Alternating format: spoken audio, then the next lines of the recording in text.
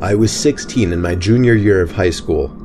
I had 9 periods in a school day. 5th period was lunch, and straight from there was my astronomy class. My astronomy class was actually held in one of the 2 basement classrooms of the school. My high school was big, there were 3 floors, and even that wasn't enough to accommodate all the classes offered, so the school built 2 classrooms in the basement. It was honestly kind of creepy down there when nobody else was around. It used to be a janitorial area, however it was remodeled to better resemble a typical hallway. The only thing, there were no intercoms or loudspeakers down in the basement at that time. For that reason, no classes were held down there first period for the morning announcements. Everyone referred to this little section of the basement as the chamber, and everyone always tried to get classes down there just because it was air conditioned and the classes were typically easier. Plus it had its own bathroom down there. We had a quiz in astronomy that day. Usually I was one of the first done just because I found the class easy. After I finished my quiz, I texted my friend who was in the other basement classroom to meet me in the bathroom because I was bored. He told me okay. I walked out of the classroom and down the small hallway to the bathroom. A few seconds later, the door opened and my friend JJ entered the bathroom. We were joking around for a while, until JJ checked his phone and said someone texted him saying the school was going on lockdown. We both looked at each other with the same grins. Neither of our teachers saw us leave the classrooms. That meant we had free range of the school while it was on lockdown. We agreed to sneak upstairs and look around the hallways just for the hell of it. The worst that would happen is that we'd explain how we couldn't hear the announcements in the basement classrooms. Upon opening the basement door to the main floor, we were surprised to find all the lights had been turned off, so the hallways were pretty much pitch black aside from the light pouring in from the doors in the lobby. This was legit because usually the lights were left on in the hallways during lockdowns.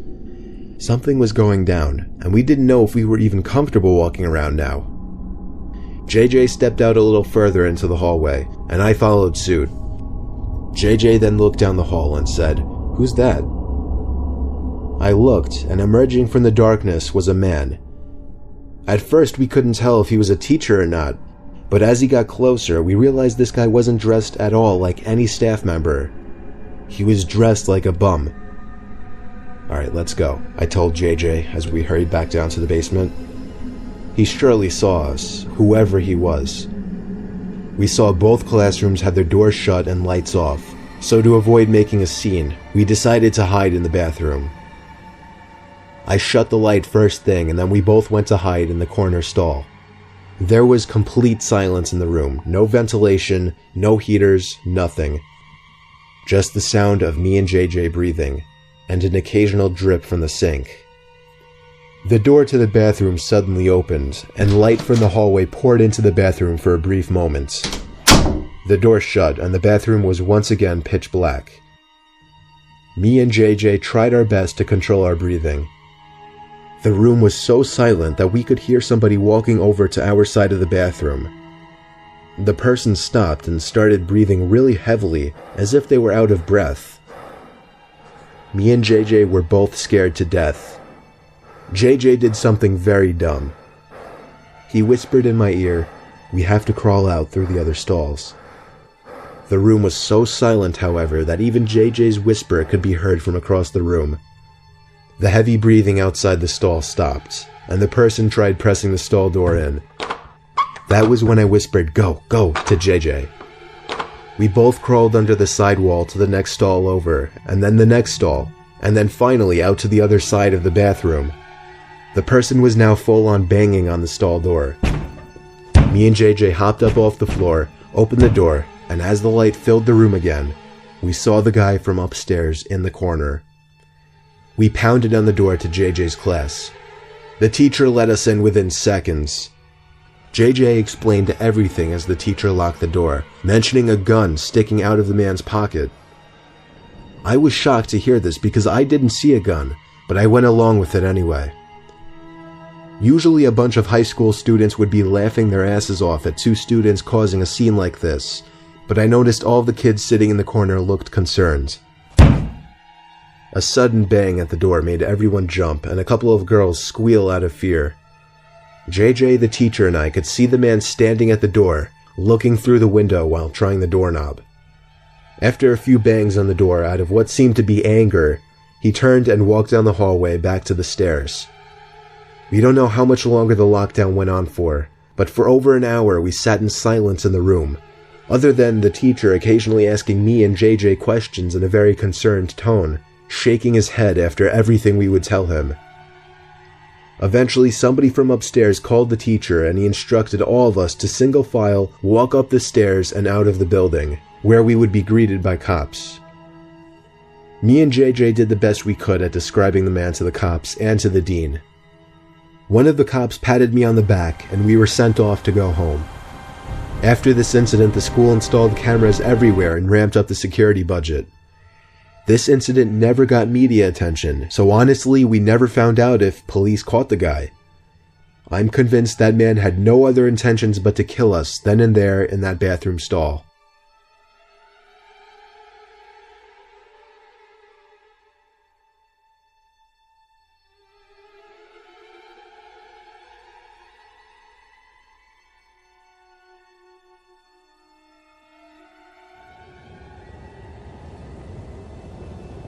I'm a retired New Jersey police officer. Throughout my 20 years in the force, the most disturbing call I ever received was for a school lockdown happening at a nearby middle school, of which I'll leave out the name for legal reasons.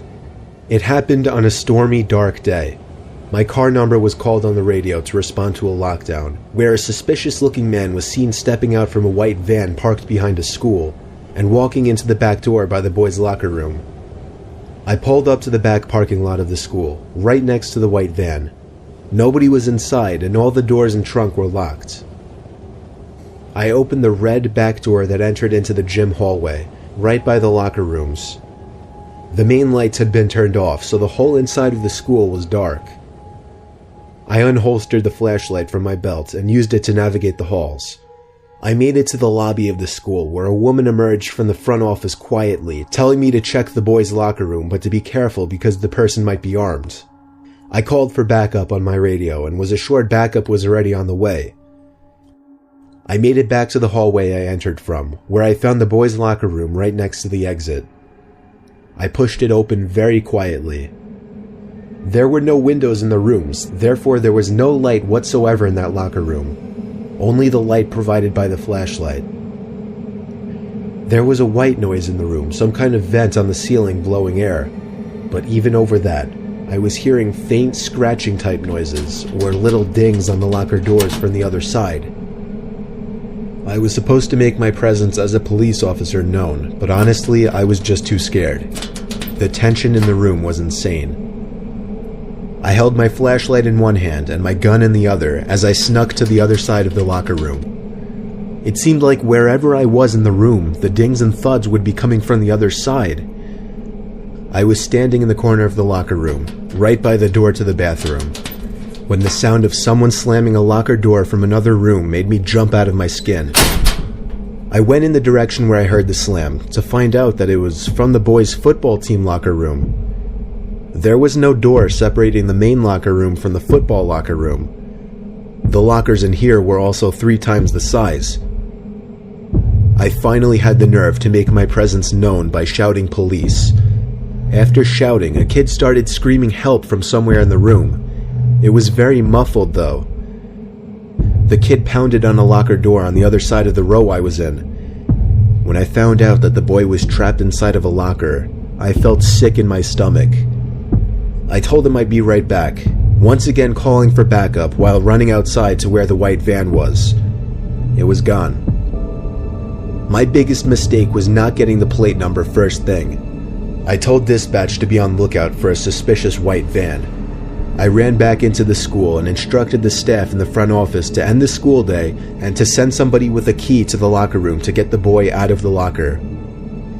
The boy was held by the man with a knife on his back, as I speculate the man was quietly trying to get the 12-year-old boy to his van. The boy was bleeding on his arm from the man cutting him while resisting. The man's van was spotted a week later in a 7-Eleven parking lot, where he was arrested after being properly identified.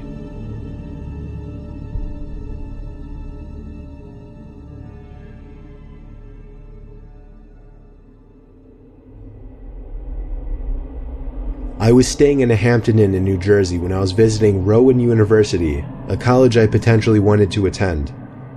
My family couldn't come with me, so I was on my own. After attending campus tours, I went to get a bite to eat at a nearby restaurant, and then went back to the hotel at around 8 p.m., planning on going back to campus again the next day. About an hour after returning to my room, a strange alarm started going off in my room, along with a white light flashing from the corner of the ceiling. A message started looping shortly after as well, saying something along the lines of, "All Hampton Inn guests, please remain in your rooms, this is a lockdown." I'd never heard of a lockdown in a hotel. I never even knew hotels had alarms like this. I found it more interesting and exciting than anything else.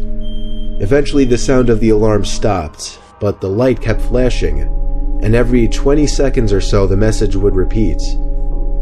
It was only like 9:30, so I turned on the TV just as background noise while I started changing clothes and brushing my teeth. I shut the lights when I was done and hopped under the covers. I watched TV for half an hour before shutting it off. The light was still flashing with an obnoxious bright white every few seconds. It was definitely going to hinder my sleep. I was starting to consider calling the front desk to ask what was going on, when the phone rang. It was someone from the front desk. I was expecting them to tell me something about the alarm and when it would shut off, but instead the person on the other end spoke in a very concerned voice. She told me to remain calm and walk out the door. I took that opportunity to ask her what exactly was going on. She went on to tell me that there was somebody in the room with me and to get out immediately. I dropped the phone and instinctively started looking around everywhere. Part of me was curious to see if somebody was in fact in the room. I checked under the bed, looked into the empty bathroom, nobody in either spot. Then I noticed the closet door right next to the bathroom. It was one of those closets with a wooden sliding door. It was open just a tiny crack, and through that tiny crack, I could see a person's face. At first, it didn't sink in what I was seeing, but when the door slid shut, that was when I freaked out and ran out the door. The people at the front desk showed me security footage from an hour earlier of some sketchy-looking man walking around the hallways, apparently looking for a certain room. When he got to my door, he opened it with the card he somehow acquired, and that was it. I stayed around as the authorities took the person out in chains. It was a man, of course, on the shorter side, easily 40s. He looked at me as he passed, as if he knew who I was immediately. It's scary thinking back that he may have been watching me for more than an hour from that closet.